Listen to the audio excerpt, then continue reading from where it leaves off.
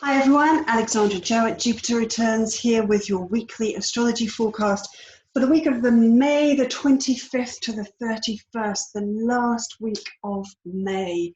Hasn't that gone quickly? Hope you're all safe and well.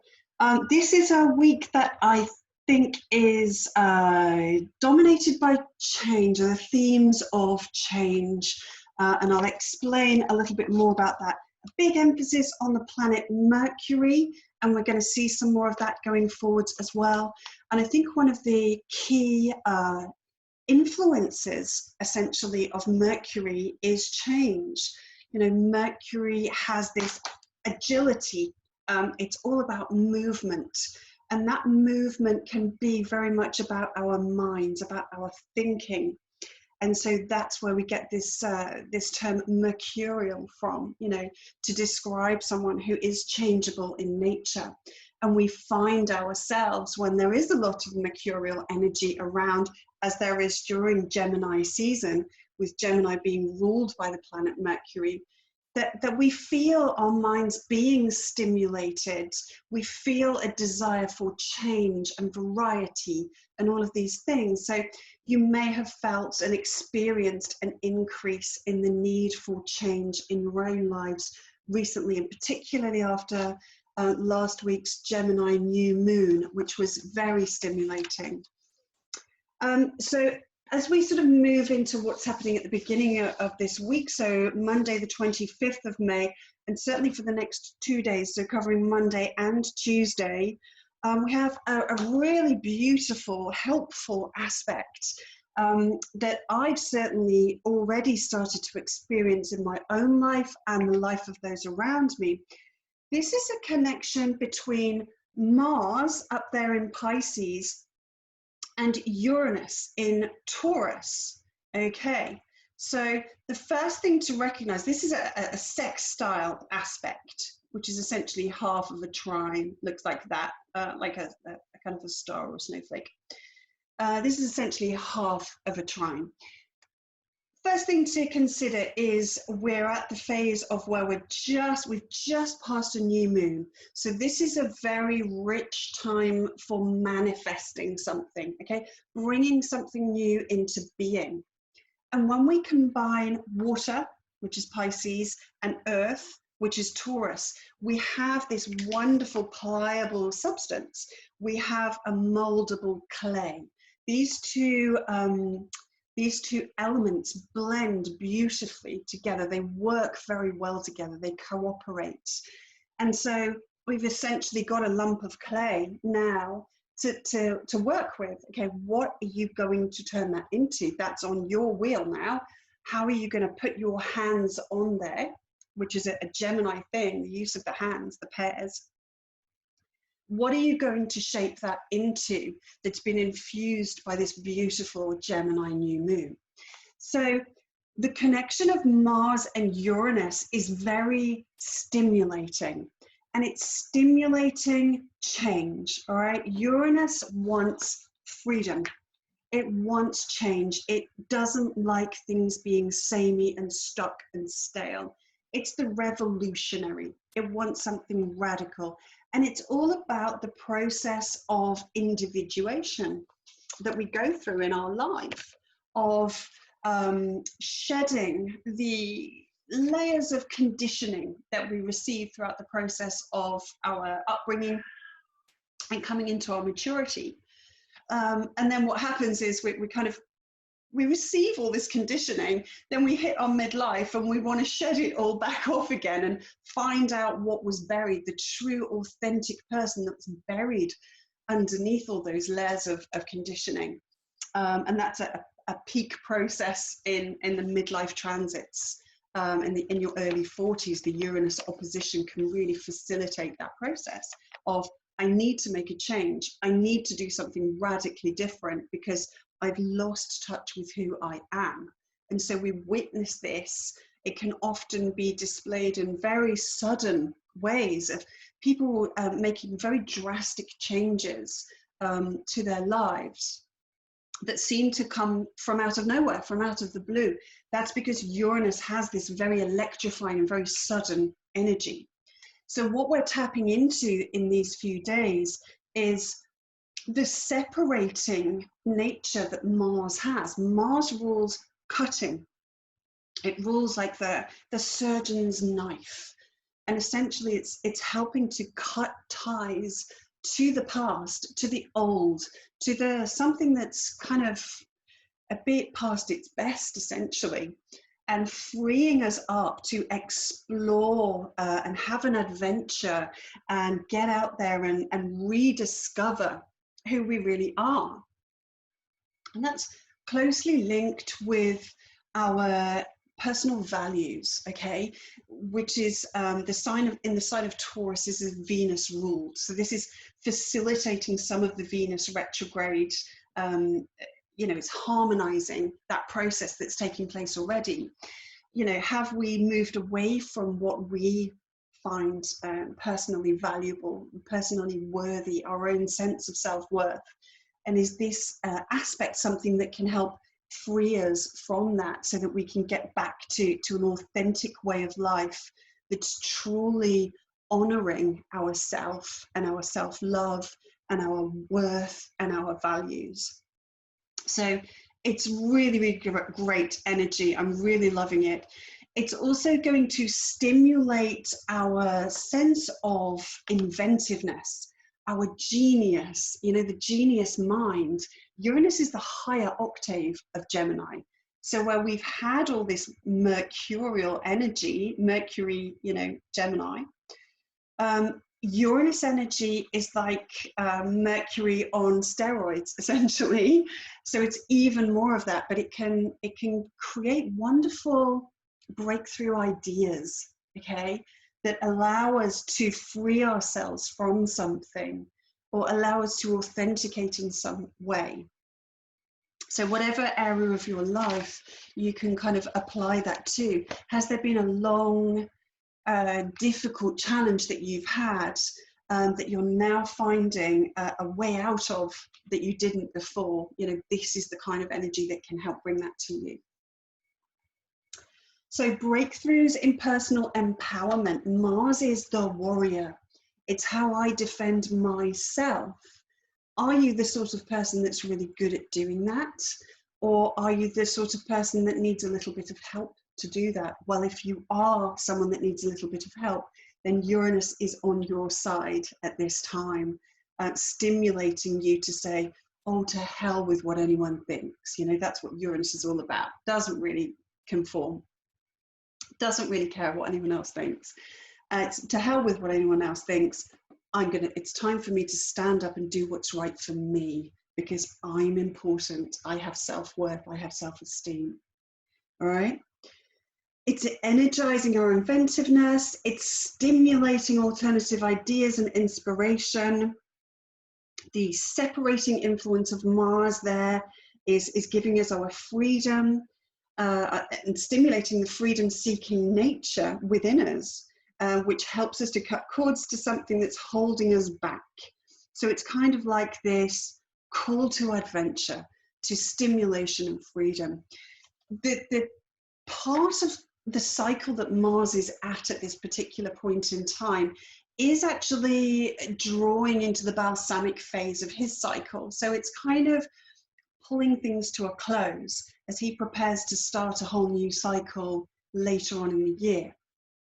So this is real, it's just emphasizing that separating, finishing, removing kind of energy all the more because of the part of his cycle that he's in. So see where those guys are falling in your chart. See where Pisces and Taurus are in your chart. What planets are involved. This is at 8 degrees of those signs. So where's that falling in your chart? Is it on your personal planets, perhaps on your angles? And just see if you can experience a little bit more of a richness in what they're trying to bring to you through this aspect. We also have today on Monday, we have the moon in her home sign of Cancer. Okay, so she's growing now as she separates from the sun. You can see beautiful crescent moon in the sky last night, absolutely glorious. She's just this very slim very early, young, fresh moon.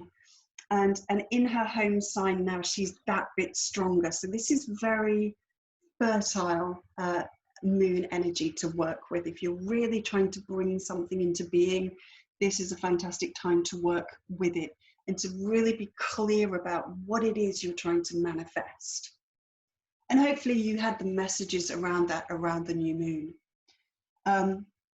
Sometimes what we're trying to manifest, we're not clear about, but hopefully what you can be more clear about is what you don't want. You don't necessarily need to know the specifics at this point, particularly with all these retrogrades going on, of how things are going to look in the future.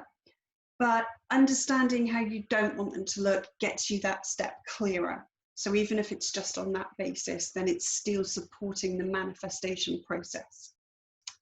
Okay, so moon in Cancer, how this is supporting it even more is, I'll just move Mercury out of the way for a moment.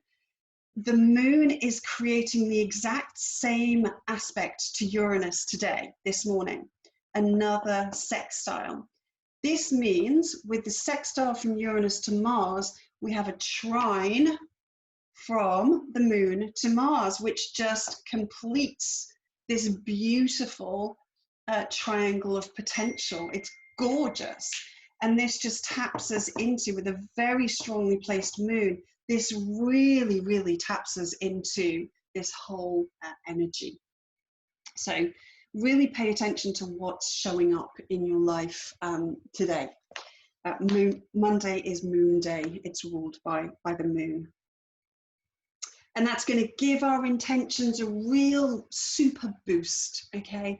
A real clarifying, piercing kind of quality to our intuition today with these guys involved. That sharpness of Mars being the piercing, and the Uranus being the amazing breakthrough, the genius, the incredible insight that we might have. And it can come to us in a flash, just like that. Wonderful stuff. Love it. As we move through, this will continue into Tuesday as the moon continues her journey through Cancer. And then Wednesday, now Wednesday is Mercury's day. Wednesday is the day of the week that's ruled by the planet Mercury. Mercury being the lower octave of Uranus. They're very similar energies. What's going to happen on Wednesday is that Mercury, still in his home sign of Gemini, very strong, very, very comfortable in Gemini, is going to meet up with the North Node.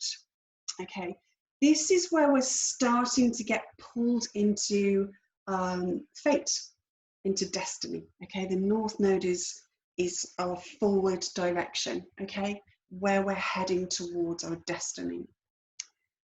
Fresh into the sign of Gemini, and obviously very important in terms of the eclipses that we have coming up very, very soon.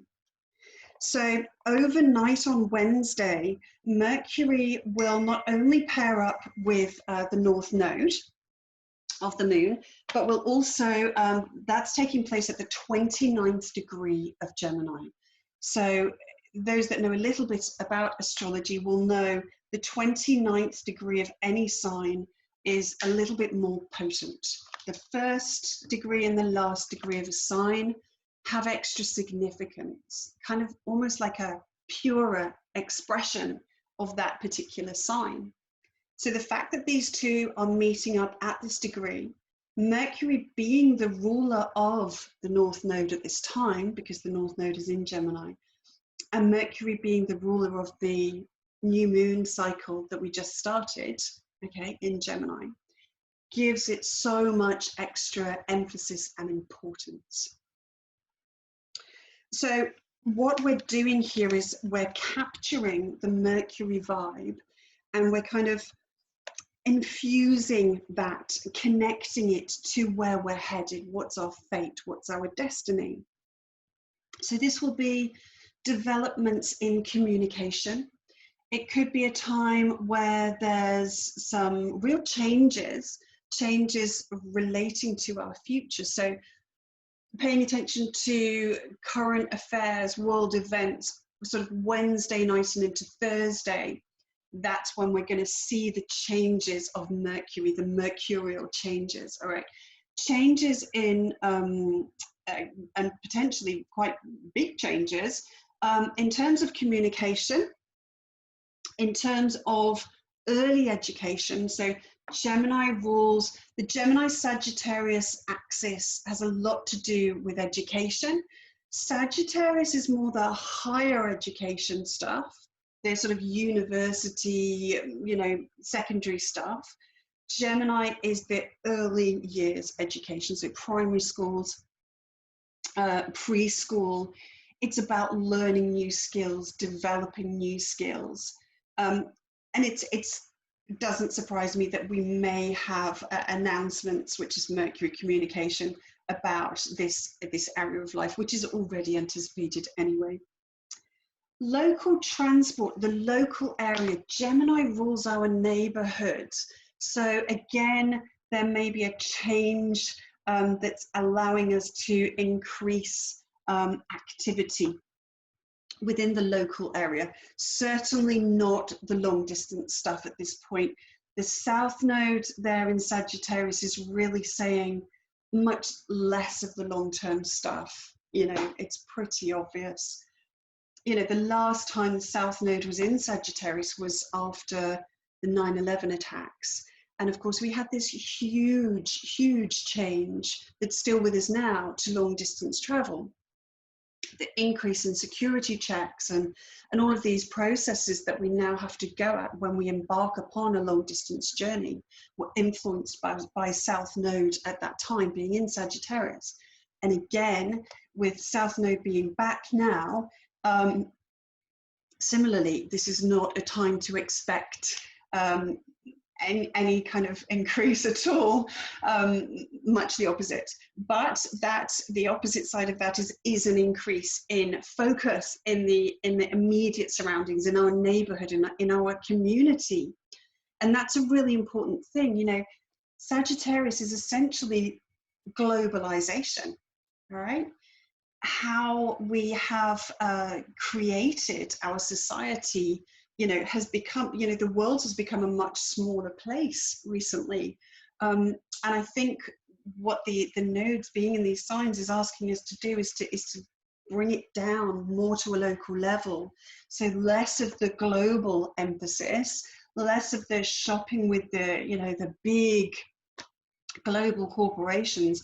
Let's start interacting more with the local businesses, with our neighbors, you know, more of a bartering. You know, Gemini rules the marketplace. It loves to exchange.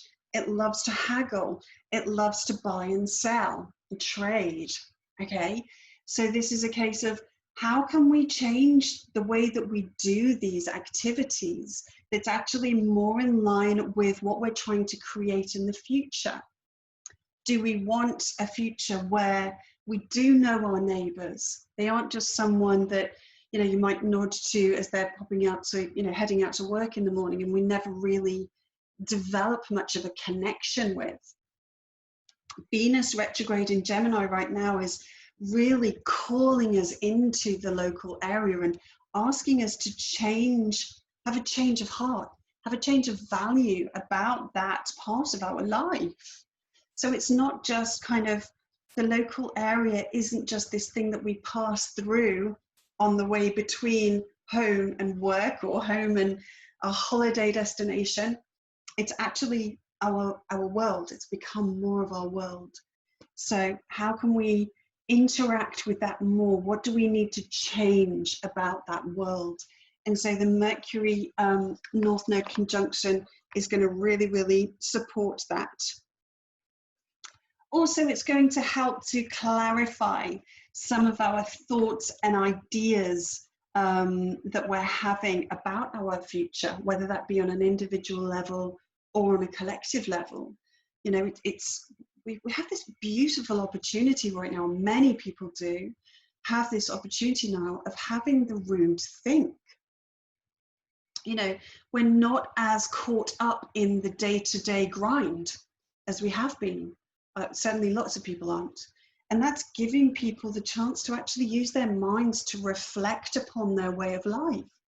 And I think that's absolutely vital. You know, this is something that I think we've been crying out for a long time, just to have the chance, the space, the peace to just think, have some room to give consideration to our lives, instead of just being on autopilot, to actually engage with the process of life.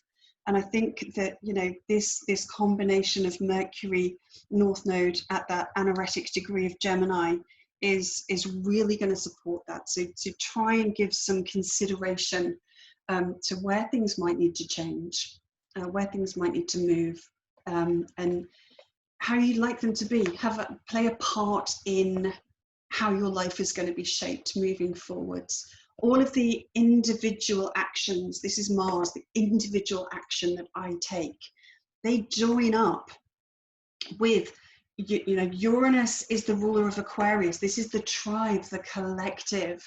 So when we take an individual action, you know, that aligns us with the future, all of those individual actions join up and create a much more powerful revolution. You know, essentially, Uranus is the revolution. So don't just think that, well, if I make a small change in my life, you know, what's that going to do? If lots and lots and lots of people do that, then it all combines together at this time, you know, to really, really have a powerful impact potentially. Uranus is an earth sign, don't forget. Okay, so moving on then onto Thursday the 28th. Now, in the evening of Thursday, this is where Mercury is actually going to change signs. So completed the journey in Gemini now. Very comfortable in Gemini, Mercury. It's his own sign, so it's been very busy. You may have experienced that. Lots and lots going on, feeling very stimulated, possibly not getting wonderful sleep, as the mind that Mercury rules has got, you know, thoughts firing off all over the place. Once Mercury ingresses Cancer, though, on Thursday, this is going to slow that process right down, okay? So if you've got things to do that need a lot of mental activity, get them done before Thursday, ideally. You know, tap into this Uranus, Mars, Mercury vibe. That's really going to help you to like power through some work. You know, it's speedy stuff. These are speedy planets. But it starts to come to a slowness in the deep waters of Cancer. Imagine like trying to run through water. It's a very slow day. It's like you're going in slow motion. What's going to happen here is that the busyness, the hecticness really calms down. But it's a call to giving some attention to our feelings, all right? We're getting out of the brain, out of the mind, the mental realm, and back into the intuitive, emotional feeling nature of a water sign.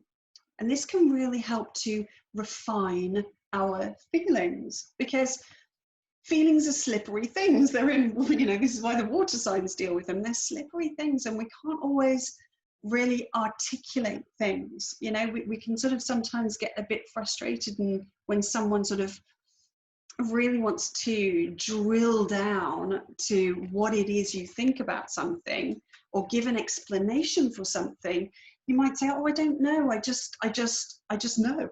I just know in my waters. You know, that real clarity that you have, but you can't give an articulation to it. Well, Mercury in Cancer is really going to help that. It really, really helps us to get a little bit more clarity around our emotions and give greater emphasis on our ability to communicate those to other people. That means that we're also going to have a greater sensitivity to communications about feelings. So we'll pick up a lot more on the undercurrent of things that aren't spoken. So this is how we can communicate through our intuition more. So someone really doesn't even need to say an awful lot, and you can kind of understand how they're feeling. It's kind of tuning us into having greater clarity around emotions. Another expression of this is, you know, Mercury can be about cleansing and purifying. So it, and Cancer is the sign of the home. So it can really draw us to want to have a bit of a blitz around the home, you know, really kind of clean things, sterilize things, open all the doors and windows and let the fresh air through. Mercury is very air and it wants movement. So purifying and cleansing. And I would also suggest that I often comment on Cancer not just being the sign of the home, the physical home, it's also the home within the self. And we don't give much attention to this home within the self.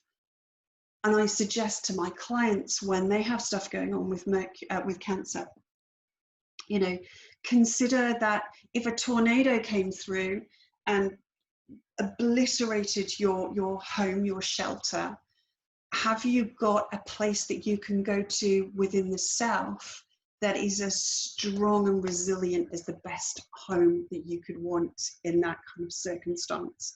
So essentially, it's the place that we can withdraw to. Cancer is the sign of withdrawal, of wanting to be private, of wanting to be inwards. If you think of the crab, it's a very sensitive creature, and it has this protective shell around it. And that's what we want from our home. We want a place to retreat to where we know we're really safe from anything from the outside. We can be soft and vulnerable on the inside because we have this outer shell that contains us. And so it's cultivating a place within yourself that you know you can always go to, where you're allowed to just let your guard down and be and feel however you need to be and feel, you know, completely protected from anything else that's going on outside of that. So trying to give some attention to, have you got that space within you? Is there something that's got into that space that needs purifying, that needs cleansing? Is it a time to blow some fresh air through that space within as well, and perhaps have a change? You know, perhaps you know, experiment with bringing something new into that, or even just creating it in the first place if it's not something that you feel you have within you. I think that's a really good way of using this, particularly with the moon growing there. So an increase in sensitivity around communication, reading more into the emotional subtleties of interactions with others, particularly family members and children, making sense of our feelings and being able to articulate them. It's really interesting because Mercury is about to go retrograde, another planet going retrograde. And so Mercury will be going retrograde within the sign of Cancer. So this is going to be a very, very long, drawn out process, very similar to the last retrograde, which took place in Pisces earlier this year, when this whole crisis kicked off. So a fellow water sign. Mercury will be retrograding. Oh, it actually goes into shadow. So that's the first phase of the 3 phases of a retrograde. That's going to take place as of next Monday. All right. So this is the last week we have now of Mercury's, you know, clarity and the cycle that he's in. Starts shadow next Monday once he's at 4 degrees of Cancer, and will go all the way up to 14 degrees of Cancer, where he'll turn retrograde on the 19th of June. So find what you have in your chart between 4 degrees and 14 degrees of Cancer. That's where this Mercury retrograde process is going to be taking place. So see what you have there, and what is falling into aspect with that. Or get in touch, book a reading. I can help you with all of that and all of the retrogrades, just helping you to understand where they're taking place. Now, on the subject of retrogrades, I must mention one of my viewers, Melanie Beth in Ohio. Hi, Melanie. I hope you're well. Melanie got in touch with me, as I've invited you to do each week recently, to ask if I could just give a little bit more of an explanation of the retrogrades. You know, what are retrograde planets asking of us? How do we align with it? She's also asked about how that's going to play a part in the eclipses, and I'll discuss that in next week's video. But essentially, it's a huge topic, but because each planet has its own different influence, so the nature of their own retrograde is a bit different. They all go retrograde for different periods of time. They all go retrograde, some more frequently than others, and all of these things are very, very important in understanding the individual retrograde that's taking place. There is one word, though, that does encapsulate essentially what a retrograding planet is asking of us, and that word is refinement. Stick that into Google and ask, what is the meaning of refinement? What is the process? And it is a process of refinement. What are the different explanations? You know, look it up in a thesaurus or something. Perfect activity for Gemini and Mercury understanding. What is refinement? Refinement is a process of doing something repeatedly that's going to create a more polished outcome, essentially. So what's happening when a planet goes retrograde is it's journeying over a part of your chart. So let's use Mercury as an example. In the pre-shadow, it's moving from 4 degrees Cancer to 14. That's the pre-shadow. That's when it's opening things up and saying, you need to pay attention to this because things are going to happen here. Then it's going to go back over that period of the chart and say, you need to do something different here. This needs more of your attention and focus. You need to align energetically more with what's taking place here, because it's not being done to its best.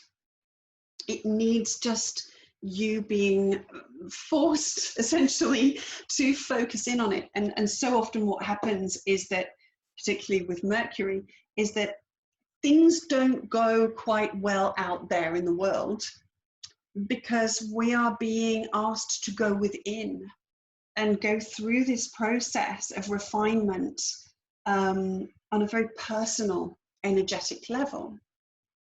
And the distractions that take us away from doing our work, it's essentially a call to do your work, all right? And we don't like work. Human beings don't like doing their work. They'd rather just get caught up in the outer world's distractions, and it takes a bit of a push to get us to put some effort into cultivating self, you know? It's easy to kind of go through life of just, you know, in the passenger seat on autopilot and not really be conscious of how we are shaping and developing our soul, essentially that part of us that is immortal and will go on beyond, you know, the current incarnation. When this body dies, something of me will continue. And something of me existed before this particular incarnation. And so when we're doing our work on the self, on the soul, that's what we're doing. We're saying, do you know what, that part of me is just as important as the immediate life that I find myself in. So it's asking you to do some work on yourself in order to refine whatever it is, the part of your chart that it's going over. And it's saying, spend a little bit more time inwardly. So generally speaking, the more planets we have in a retrograde motion, the years when we have, certainly like this year, we'll have more personal planets going retrograde. These are the years when things slow down. The outer life isn't moving forward. And if you try to move things forward, it's generally held back in some way. It's generally restricted because it's not about that. It doesn't, you know, the universe doesn't want you to be all caught up in moving forwards and being out there. It wants you to just spend some time within. You know, every other year we have these personal planets going retrograde, and these are the times when it's, let's take stock, you know, let's understand what's been happening at the last 18 months or 2 years or whatever, so that we can integrate the messages, integrate the learning, and make a conscious decision about what we do with that. So we're, you know, actively engaged in the process of our life rather than just letting life happen to us. So it's a refinement process. It's polishing things up. It's going back over something and taking another look at it, giving it a little bit more attention, beautifying it if it's Venus, you know, giving it some more analysis and thought and thinking if it's Mercury. This is essentially part of how we can use retrograde. So I hope that helps, Melanie. And thanks so much for your question. If anyone else has questions, then do get in touch. That kind of a connection to the immortality is something that I think is going to be very relevant with this particular Mercury retrograde, because in the sign of Cancer, you know, this is the sign not only of our immediate family as they are here and now and our home, this is the sign of our roots, our ancestors. You know, so with a Mercury retrograde within this space, it can really draw us down our ancestral line and potentially even back into former incarnations of our soul. So past life regression work and connecting with our ancestors and our history, you know, our sense of history is something that will be stimulated, I think, at this time. And that's something that you can get so much out of, you know. Imagine this incredibly pivotal time that we find ourselves in right now. Imagine your ancestors, your greater family, sitting up there, wherever they might be, and looking in at you, going through this particular period. You know, what would they think? What advice could they give you? Perhaps they've been through something similar. Having that contact, having even that conversation with them, asking them for help, even if you need it, to navigate this change. This is a huge, huge, long-lasting change we're all going through. And, you know, we're not prepared for that. We're all just trying to find our way through it step by step. So call in some help from the ancestors. Perhaps read about or research your own family line and look at the ways that they've dealt with challenges, perhaps in the past as well, and see if you can tap into that that kind of family trait, you know, and see if you can embody some of that right now. That might be something that you're drawn to do, and I think you get an awful lot out of it during the Mercury retrograde anyway. So moving on to Friday then. Friday, the moon is moving into another Mercury ruled sign. This time it's Virgo. And what we have is the, well, sorry, I'll come on to that. I was going to say the first quarter square, but it's not quite yet. Once the moon first moves into Virgo, we have another really nice sextile aspect to Cancer.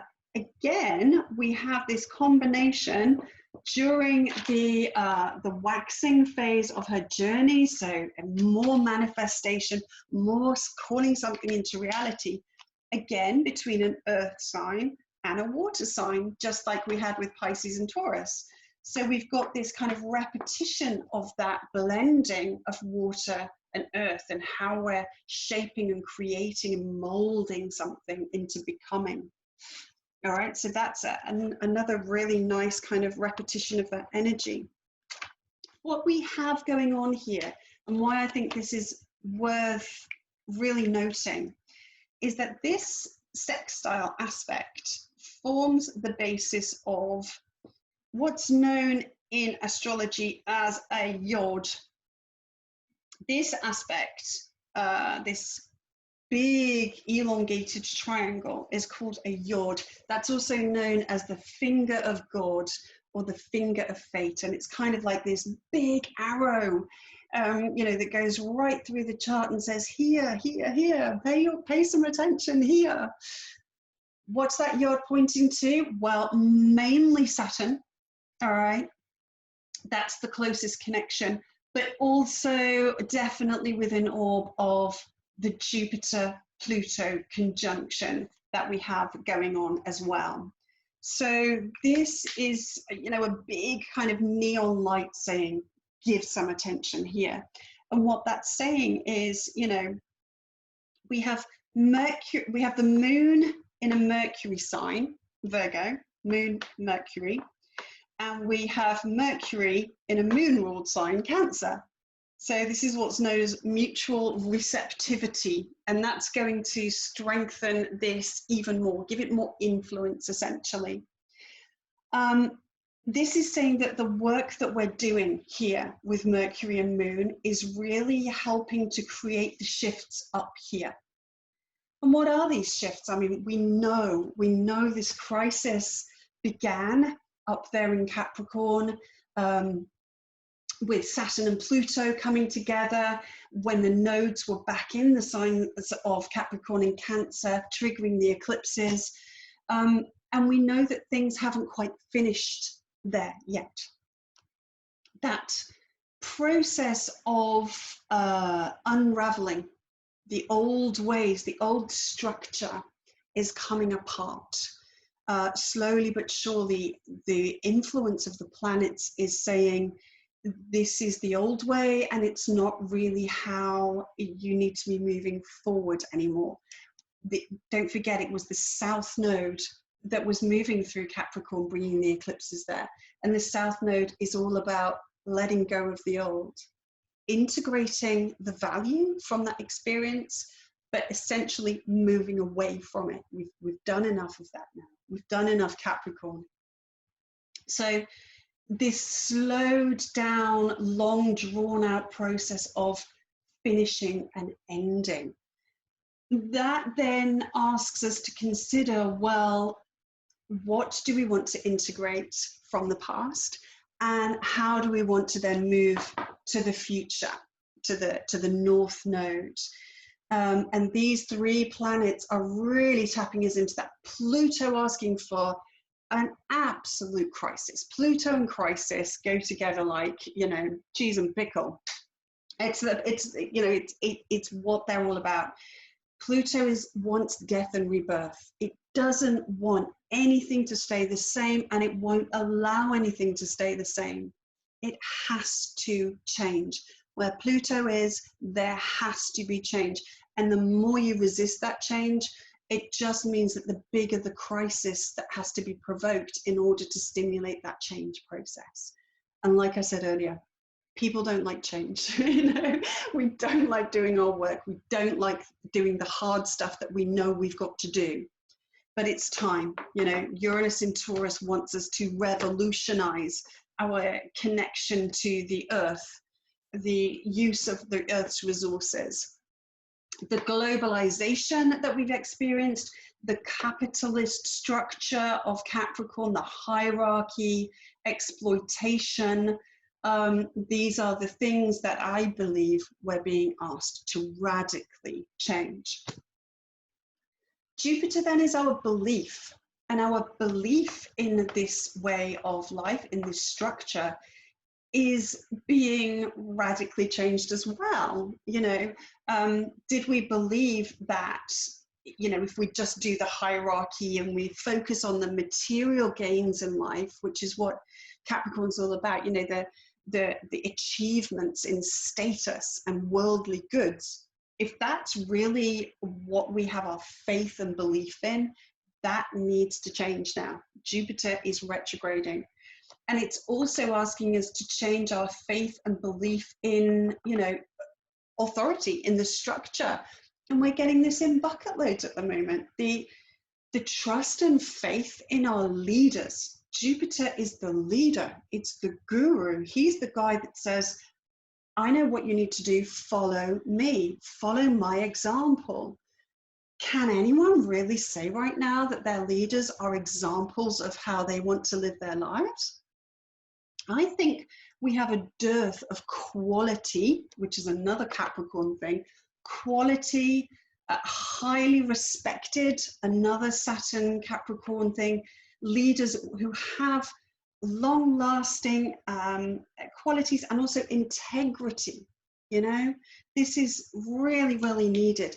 Capricorn is supposed to be the structure that provides for and gives security to and safety to the family. All right, Cancer, the opposite. We have a societal structure that's supposed to take care of the societal family. And what's happening with these planets moving through is that it's exposing the cracks in that system. It's exposing the weaknesses. It's exposing where there is a lack of integrity within that system in order for us to change, in order for us to have a death and rebirth and say, well, this doesn't work, so we should do it a different way. Saturn is a planet that's going to help to make sure that that change is taken seriously. Saturn does do its duty very, very seriously. You know, Capricorn people are very, very dutiful people. You know, very, very reliable. You ask a Capricorn person to do something and they have such a powerful sense of responsibility that, you know, you can really rely upon them to get the job done, come what may. They're not afraid of hard work. And this is the thing, Saturn is like, okay, we're going to do this job, but we're going to do it in such a way that it's going to last a long time, right? It's got integrity, it's got stability.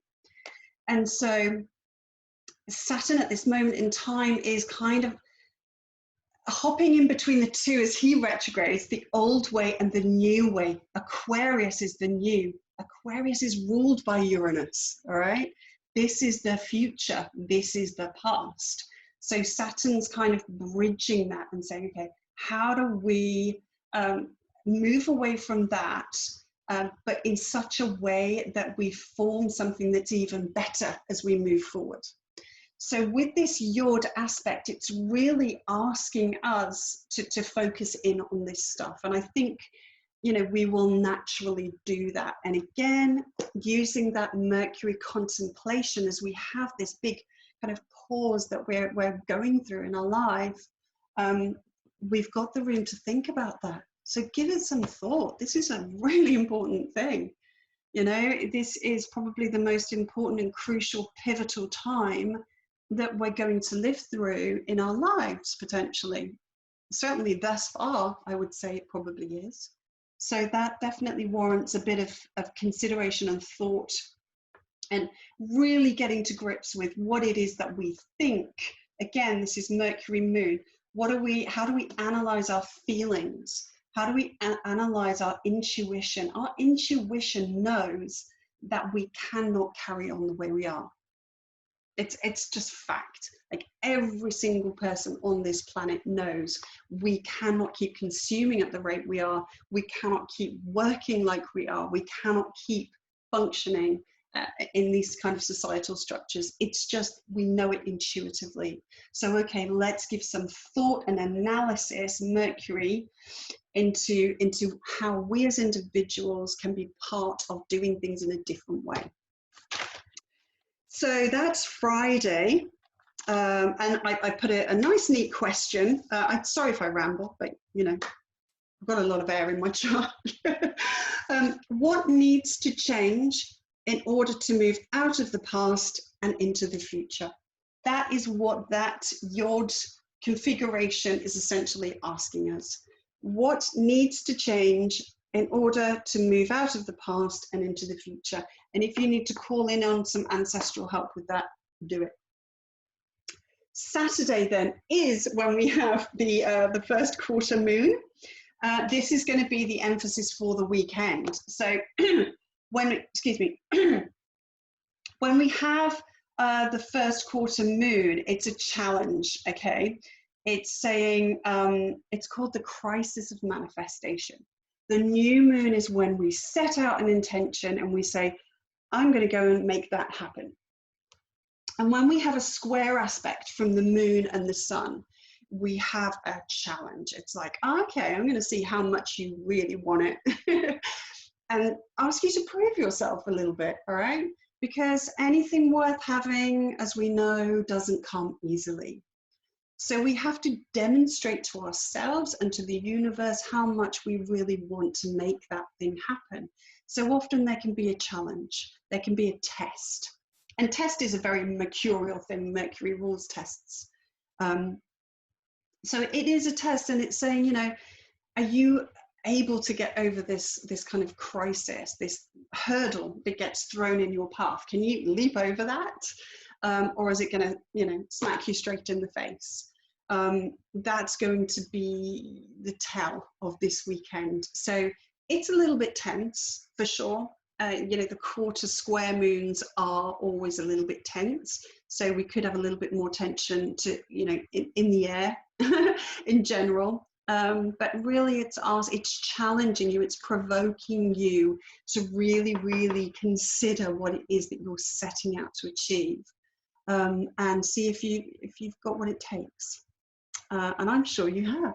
I think if you're following an astrologer like myself, or if you're following astrology in general, then absolutely you're someone that's awakened and conscious and actively engaged. Just watching this video itself is demonstration that you are actively engaged and interested in your self-work and developing your life and having an active part in that.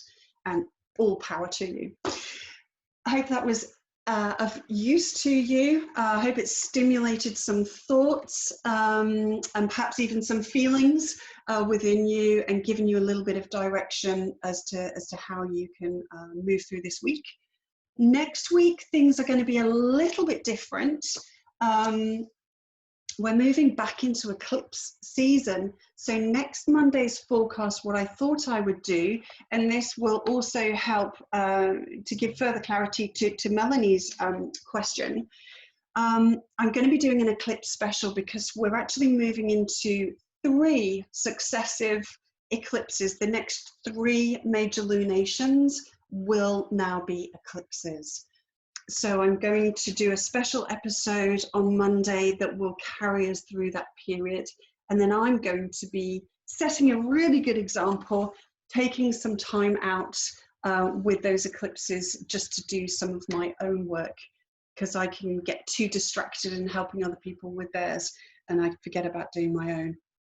So do tune into that. We'll be having a really deep dive into the eclipses, looking at all of the aspects they're making to other planets and to the retrogrades, to really get the bigger picture of what's happening. So if you have any questions that specifically relate to the eclipses or eclipses in general, get in touch, drop me a message and let me know, and I will try my best to incorporate that into the forecast. That's about it. So have a beautiful week. Thanks so much for tuning in. Give me a like, a love, a share. Try and spread the word and help other people who are also on this journey. Thanks as always, and bye for now. Lots of love. Bye.